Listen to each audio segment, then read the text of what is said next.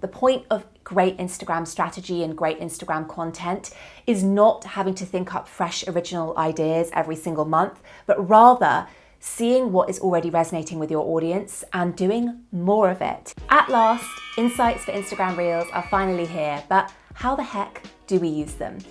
In this week's video, I'm going to talk to you about how you can analyze your insights for Reels, what they mean, what you should be looking at, and how you can draw conclusions from them to create better Instagram Reels that generate more views and more engagement in the future. So there are currently two ways to view your Instagram Reels insights. From your profile by hitting the Insights button there, and by looking directly on the reel itself and having a look at the granular insights you can see for that one reel. So let's walk through both of those one at a time. So if you navigate to your Instagram account and you look at your profile, you will see the button there that says Insights. Hit that button and that will give you an overview of how your insights have performed. And you can see in the top left-hand side, you can choose the time frame. So you can choose the last 7 days, the last 14, the last 30, or you can have a look at the previous month.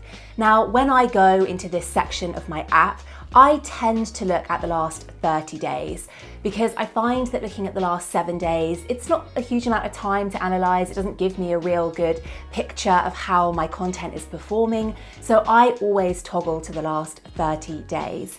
Now, if I do that, what I can see is an overview of the accounts that I've reached in the last 30 days and my content interactions. Now, what you will find, and this is generally the trend with most Instagram accounts, is that if you are creating a consistent amount of Instagram Reels, you will likely see that your overall reach is increasing. Now, interestingly, my accounts reached in the last 30 days wasn't as good as previously. So I'm actually down 42%. I'm not too worried about this because reach goes up and down and there are other factors that contribute to that. But as I said, don't be surprised if you go into this section of your app, you look at the reach and it is better than usual. So if I click on accounts reached, I can actually then go further to have a look at a more granular breakdown of what that means. So I can see that I've reached 87,331 people, accounts in the last 30 days. And interestingly, I get a breakdown of followers versus non-followers. So over 1,500 followers I've reached, and I've reached 85.6 thousand people or accounts that weren't following me. Now this is really, really great. And this is in a big part. I mean, this is mainly because of Instagram Reels. How do I know that? Because if you have a look below where it says content type, the Reels that I have been sharing over the last 30 days have allowed me to reach 79.9 thousand people. And you can see by that dark blue bar that is much bigger than the light blue bar, I have reached way more people that weren't following me than were following me. And that is thanks to Reels. And that is because Instagram is really pushing Instagram Reels as far as possible right now because they want people to consume Reels, they want people to make Reels. Reels is a real priority for Instagram, which is why it's being pushed, they're being pushed really, really far to people that aren't following me. And then if I keep scrolling down, I can see my other content types. So I can see my top posts based on reach, my top stories, and there we go, my top Reels. Now this is great, this is interesting. You know, reach is one metric that is worth keeping an eye on, but I actually want to see how people are interacting with my Reels. Yes, I want to reach people, but I want to know when people see my Instagram Reels, are they engaging with them? Are they liking, commenting, saving, sharing, and so on? And so what I'm gonna do is I'm gonna take one look further at those interactions. How I do that is I click on that little arrow that is next to top Reels. I click on that, and that will bring me into an overview of the Reels. Okay, so here is where things get juicy. I can filter by different metrics, and again, I can filter by different time frames. Now, bear in mind that at the time that I'm recording this, which is July 2021, the insights for Instagram Reels have only been around for, I believe, about 2 months. So I cannot see insights for all of the reels I've ever created. I can only see the reels and the insights for those reels that have been created since the insights were launched. That's why you may not see a huge amount of reels there. You may not see all of your reels there. That's okay. So I can currently see 12 Instagram reels here. And what I'm going to do is I'm going to filter by the last 6 months. Again, it's up to you how you filter the time frame. I would say have a time frame that isn't necessarily all of time, depending on when you're watching this video. I like to kind of have an overview of the last 3 or 6 months, generally speaking. So let's do the last 6 months and let's take a look at my Instagram reels. Now, you can see that you can filter by comments, likes, saves, reach, plays, and reels interactions. Interestingly, you can't filter by follows at the moment. I believe that that is something that will probably come with time, but currently you can't see how many follows you generated off the back of a reel. But that's okay because we've got some other interesting insights and metrics to look at.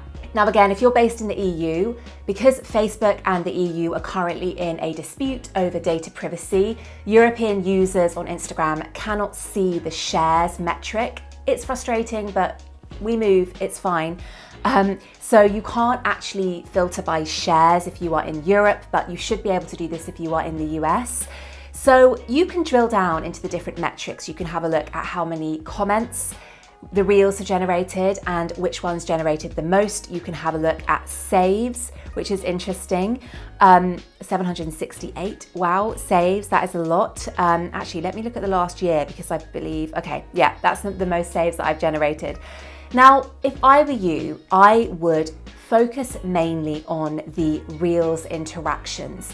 Now, this metric at the bottom there, this is a consolidated metric. So this takes into account all of the other metrics. So it gathers together which reels generated the most metrics across the board. So which ones have done the best in terms of comments and likes and saves and shares and so on. And then it orders the reels accordingly.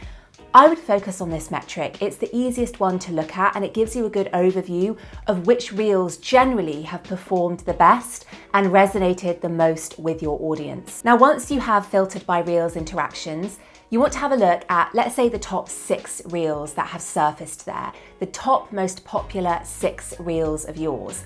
And you want to make a note of common things that you can see across the board. So out of those top performing reels, make a note of the length of the reels. What was the average length? And that will tell you what the most popular length is of your reels. What was the type of reel? Are your most popular reels educational? Are they personal? Are they promotional? Then notice the style of filming. So are your most popular reels the ones where you are talking face to camera? Or are they where you are moving to the beat and text is being overlaid? Are your most popular reels where you are teaching something and you have a voiceover? Or perhaps you don't even feature in your most popular reels, but actually your products do, or your location does. Make a note of the music, or conversely, the voiceover. So again, is it when you share trending audio that actually your reels perform best, or is it when you do a voiceover? And also make a note of the cover image. So as you can see with mine, I have got a variety. So I've got some cover images that I have designed specifically for the reels, but I've also got cover images that I have taken as screenshots from the reels themselves. So to be honest, I'm kind of getting a spread of both. I'm not seeing one dominant thing come through here, but you might notice that actually all of your reels, the top most popular ones, are actually when you design cover images. Or on the opposite, you might see that actually your most popular reels are those that have a screenshot taken from the reel itself. So start to notice things within those top most popular reels, because those are learnings you want to bring into your next batch of reel content creation. You want to be aware that actually your shorter reels perform best, or your longer reels perform best. You want to be aware that actually your educational reels, when you are teaching something, those are performing best, those are resonating best with your audience. Whatever it is, whatever you can see that is resonating best with your audience, take that and bring that to the reels that you create in the future. Now, the next way to have a look at insights on Instagram Reels is to have a look at the insights per reel. And the way that you do that is you go back onto your Instagram account, you have a look at your profile, and you click on a reel. So let's click on my most recent reel, and I'm going to click on View Insights there. And what that will show you is that will just give you a nice look at how your reel has performed for all of those metrics that we already discussed. So likes, comments, shares, saves, and then also it will show you in terms of discovery how many accounts that reel has reached and how many plays it has garnered. Now, this isn't a great example. Let me go back to this one, and I will see that accounts reached was 2,132 and plays is 2,312. Now, the reason that the plays are more than the accounts reached is because the same account might have rewatched this reel multiple times, and that's why you get that slight difference in number sometimes. So that's helpful. It's quite nice just to keep an eye on the interactions on a reel, perhaps when you've just created it. Maybe you have a look and you check in a few days later, a week later. But me personally, I like to have a look at that overview of the reel's interactions over the last 6 months so that I can start to learn what is resonating best with my audience. I hope that was a helpful rundown of Instagram Reels insights. They're not as complicated or scary as they seem. I would just recommend spend a bit of time digging around in the insights section of your app. There's so much gold in there, and it does feel intimidating when you never go in there. It can feel like, what am I looking at? Or is it going to tell me something that I don't want to see? But actually, the more time you spend in there, the more familiar everything gets.